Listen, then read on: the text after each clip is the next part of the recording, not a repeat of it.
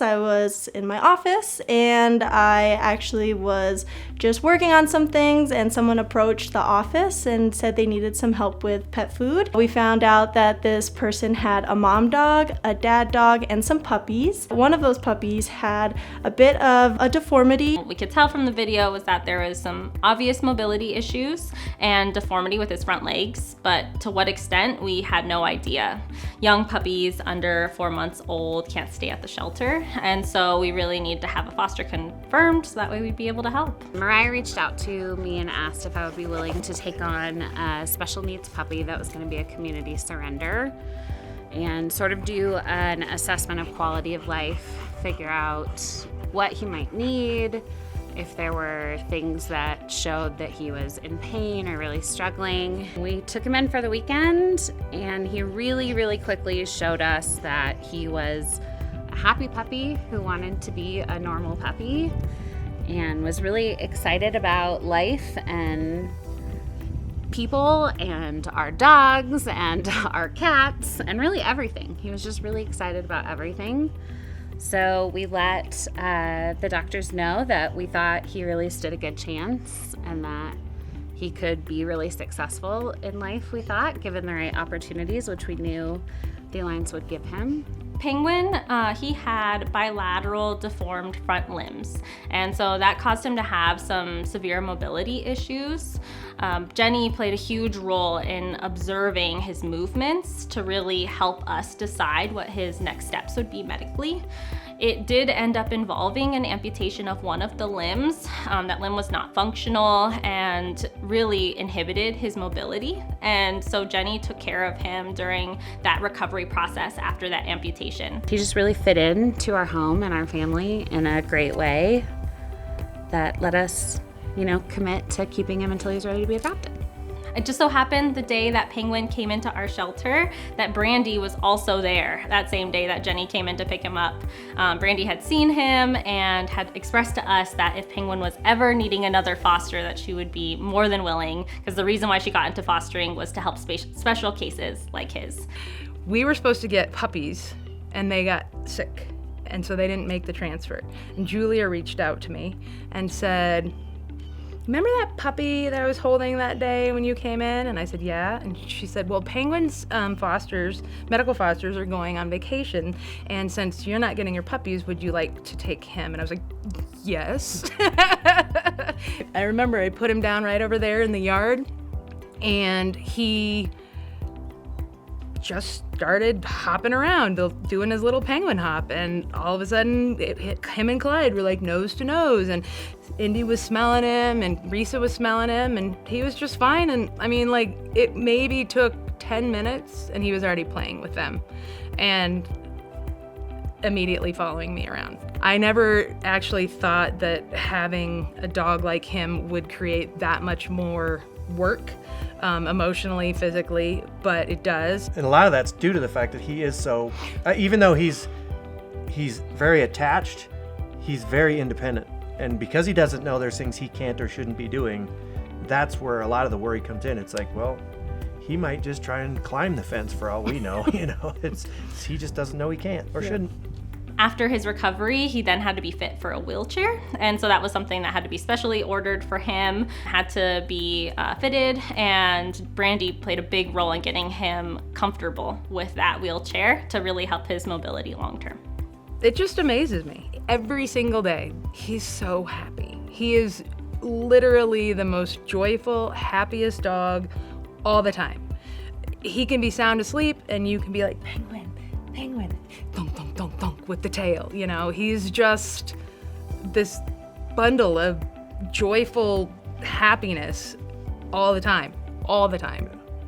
That actually was part of the reason of why we immediately loved him so much, because he was just pure joy from day one. And it was like, wow, if an animal that is that physically broken can be that joyful, well then none of us have a good excuse not to be.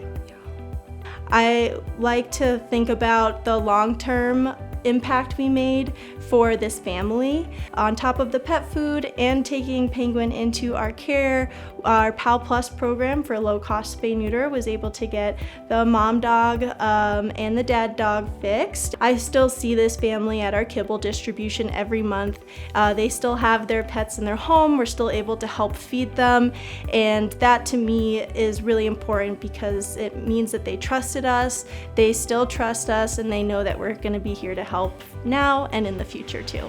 I am 100% confident that the Alliance saved him and that his family is perfect for him. He's a wonderful dog, and I think the Alliance gave him the chance to be a wonderful dog, and his family lets him be a wonderful dog.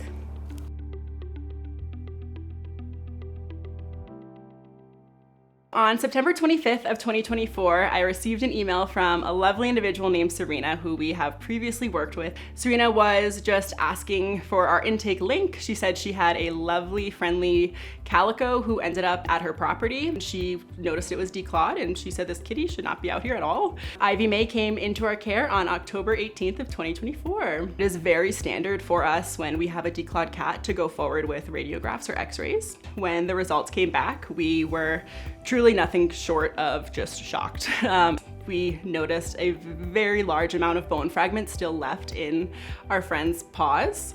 Every single step that Ivy Mae took was causing her severe pain. A lot of that pain can also cause behavior concerns down the road, whether it's inappropriate urination, arthritis, and that could have absolutely been happening in the home that Ivy Mae was originally in, and that's why she ended up outside. Essentially, we had to correct the already done declaw procedure on our friend and go in, and every single digit had leftover bone fragments that needed to be removed. So I had just gotten back from 2 weeks in Asia for a work conference, and every Wednesday the foster plea comes out, and it was the day after I got back the foster plea came out, and I wasn't going to say yes, but Ivy Mae's little bio in the outreach plea just really spoke to me, and I knew I had space in my home, and I was excited to bring her in. And so she had this, really interesting stance, trying to get comfortable. Her feet hurt, and the surgery to fix her toes, we knew helped almost immediately, because when she was in my home with her bandages, her back just kind of started to flatten out, and you could tell she was comfortable again, and the pain was gone. And that was just an amazing thing to witness, is seeing how quickly she felt better after we were able to do that surgery. It was just truly an honor to give her the space and the time to recover and feel good. After my older cat had passed, I had convinced myself that he was going to be my last cat because he was such a great cat. And also, I'm 70, and I didn't want a kitten that was going to outlive me. And my husband, I often went to the rescue website and looked at him and was like, oh no, I can't. And then Perry showed me a picture of Ivy. And it's like, we could give her a home. We could take this little kitty with a sad story and let her come live with us. Sunday after Thanksgiving, I said, they're open. Let's go down to the Alliance and find out about Ivy. And they gave me the name of the foster. And I reached out to her by email and said, we'd like to come meet Ivy. The foster returned my email and said somebody was coming to meet Ivy already that day and was planning to adopt her the next morning. It was not the first person that had reached out to meet her. And what was really cool is, after the first person decided not to adopt her after sleeping on it, and I messaged the adopter, Becky, she emailed me right away with a lot of exclamation points and was so excited that she had a chance to come meet her. We went to the Fosters, and she had Ivy up in a little room, and I went in and sat on the bed, and she came right over and was very curious and very friendly and gave me some little kitty licks, and that was it. We were there maybe 3 or 4 or 5 minutes, and we brought her home. I mean, it was like, she wasn't adopted, so we were supposed to have her. Ivy's background is different. What they said is that, she showed up in a feral colony with no claws and survived. And I just think she's a survivor. And I love that she's a survivor. And I love that she is in my house showing me how to survive too.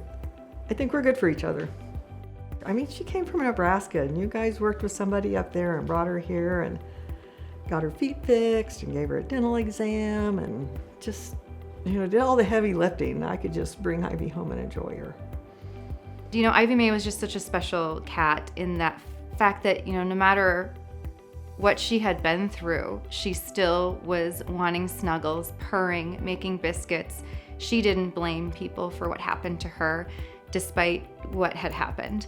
And she just really taught me to think about the big picture of, just because one bad thing happens to you, that doesn't mean everyone is bad or everything is bad. That you can move on and grow from it and find happiness after.